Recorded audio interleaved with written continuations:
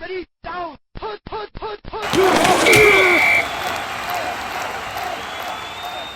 Welcome to FootballGameplan.com, where football makes sense. I'm Memory Hunt, the czar of the playbook, and welcome to another edition of On the Line of Scrimmage, which is our debate show where we debate topics back and forth with you, the fans, and we allow you guys to vote at the bottom of the video. Now, today's contestant is a good friend of mine, former teammate of mine, Eric Bartell, co-owner of Financial Coaching LLC. He challenged me to a debate, and the debate today will be who should be our preseason number one team in college football, Alabama or Ohio State. So before we get started with the debate, you know the rules. I kick it off to Eric. Eric comes with his points. I go back with mine, and we let you guys vote at the end. But first, I got to let Eric talk about financial coaching. Tell everybody what that's all about. Well, thanks, Emory, for the opportunity to hang out with you for a little bit and be a contestant to the mighty czar of the playbook. My name is Eric Bartell. Like you said, I'm owner of a financial planning firm in Dallas-Fort Worth, Texas, actually Arlington, where the Cowboys play and the Rangers play. And there's my name right there on my hat, Financial Coaching LLC. And been in business about 7 years and primarily served football coaches across the country, from California all the way out to the East Coast, up and down it, and headquartered here in the Midpoint in Texas. My dad's coached college football for 30 years. I had the privilege of playing college football and graduating at the University of Louisiana. That's where me and Emory met.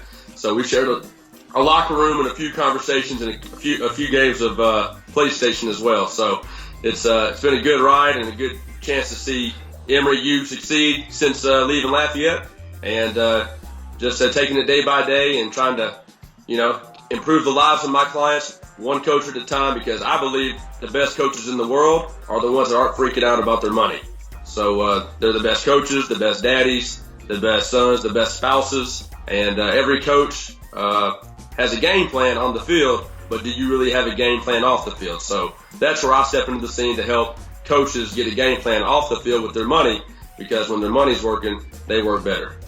Absolutely. Well put. Glad to see you doing well. I hope you have a game plan for this debate right here. So when we look at two teams, Alabama, Ohio State, I think Ohio State should be number one. You say Alabama, so I'm going to let you start first. Please tell me why Alabama should be ranked number one over Ohio State preseason top 25. Okay. For a disclaimer, first of all, I married an Alabama alum. My wife is an Alabama Crimson Tide, so there's not a chance in the world I'm not picking Alabama number one, because happy wife, happy life. Don't forget that, fellas. So the reason Alabama should be number one, I have a couple of points in me, so pardon me for looking down at times. I'm not a big-time czar, and I don't have a studio in my room here, so I'm going to do my best as a novice. But so, as we all know, Alabama's going for the third straight national championship. 3 in a row, okay? It could have easily been 5 in a row. In 2008, they were 1 game away, and in 2010, they pretty much disappeared in the second half against Cam Newton's Auburn Tigers, and they pretty much just disappeared. They had the more talented team that year, so it should be 5 in a row, but let's just say we'll go for 3 in a row. So, beat me last. The numbers don't lie. When you're the best team in the country and you just did what you did to Notre Dame a few months ago, who was an undefeated team with a cakewalk schedule, yes, it's pretty much the same thing. We pretty much just hit the repeat, recycle thing for this conversation, because the fact of the matter is the SEC is the best conference in the land. No pundit, analyst, or critic can argue that in college football. SEC is number one, and then you can decide silver medals, bronze medal, also rands. In my personal opinion, I'm putting Pac-12 second, I'm putting Big 12 third, and Big 10, you're not even on the medal stand, son. So the Ohio State Buckeyes, they are the best team in the 4th-ranked conference, in my opinion, and they have the best player, bar none, in that conference in Braxton Miller. He is the best player on the field every game.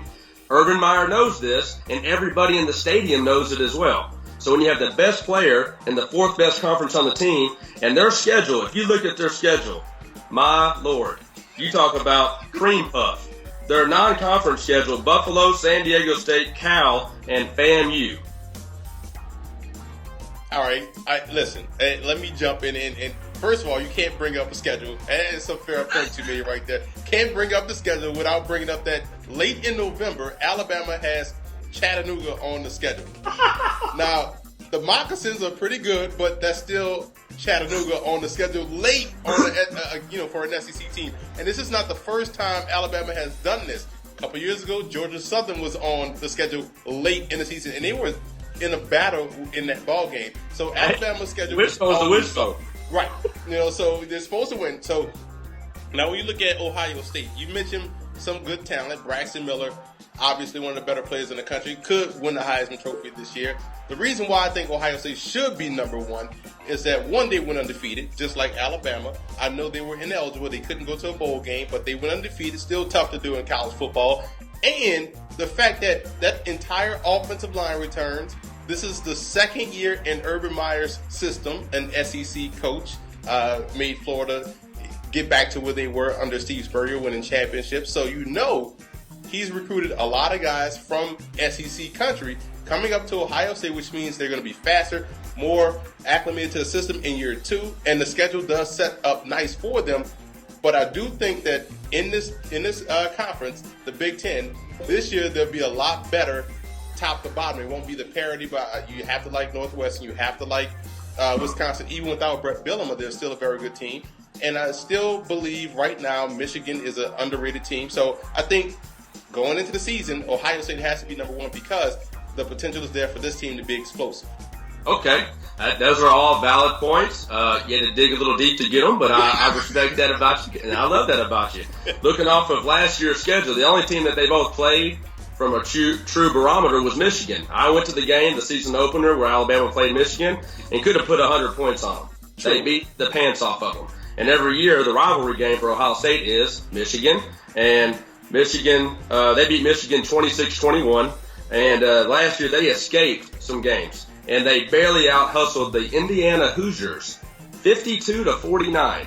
So I understand that, yes, they did go undefeated last year. They won a couple of overtime games. It wasn't anything special, but it was Urban Meyer's first year, and I do believe they're going to be better this year than they were last year. If the conversation is who's going to go undefeated, I think that Ohio State has the better schedule to go undefeated because they don't have to open against Virginia Tech in the Georgia Dome. They don't have to go to College Station and play the Heisman Trophy winner and Johnny Manziel at Texas A&M. They don't have to play the SEC schedule, and they don't have to play LSU or even at Auburn. And that's a rivalry game, too. So, strength of schedule, we definitely know that Alabama has a tougher road. And if this conversation was going on next year at the Rose Bowl, if it was Alabama versus Ohio State right now, I don't think anybody's taking Ohio State in that game because, like I said earlier, we had that storyline already unfold of we got a really good athletic quarterback with a really talented team and a pretty good defense, and we saw what running the ball, hitting smash mouth defense, and a quarterback that's pretty dadgum accurate can do in a national championship game. But I will say this, the weaknesses that Alabama has that I'm concerned about for them going undefeated, their strength of schedule speaks for itself. That's a tough schedule. But the other weakness is they lost 3 offensive linemen to the NFL. Spectacular players, and they have a first-year O-line coach in Mario Cristobal, who used to be the head coach at FIU, a Sun Belt team.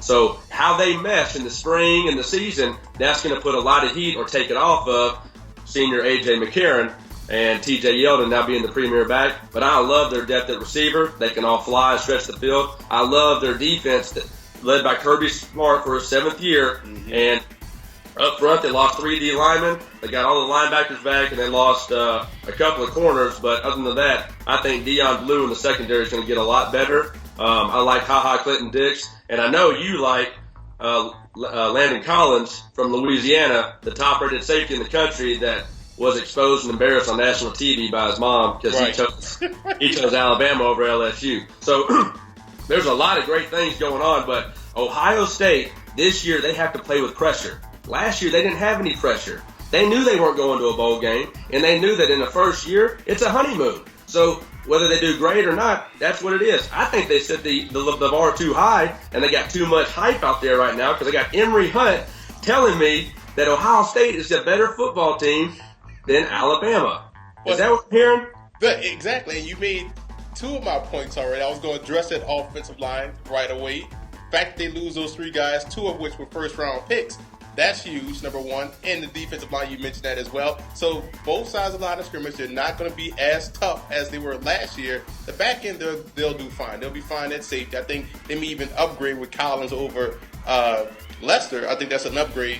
At the end of the day, Gone is Lacey. They're going to have to run the football with Yeldon. I know they have depth back there, but but when you look at Ohio State, both offensive line and defensive line, the only guy they lose on the defensive front, I believe, is Jonathan Hankins, big defensive tackle, is going to the New York Giants. But when you look at the skill positions, the passing game, now when you look at Urban Meyer and what he really did at Florida, they ran the football a lot. They got a lot more speed, a lot more athleticism. This is a dangerous team despite the schedule, despite last year's overtime game versus Indiana. I love how you brought that up. Despite all those mishaps, this is a team that has the best quarterback arguably in the country. They have one of the better cornerbacks in the country in Roby, arguably. And they also have one of the better linebackers in Ryan Shazer. So this is a talented team. Offensive line returns. Defensive line is still intact. Yes, this Alabama football team probably could have won 5 national championships in a row. But this is an Ohio State team that learned how to win last year, and they should finish the drill this season. Okay. So, as a financial planner, if you're going to make an investment and you're going to put down your bank on one team to be in the national championship game at the end of the year, would you bet that money on the Alabama Crimson Tide, or would you bet that money on the Ohio State Buckeyes? To be at the end of the year.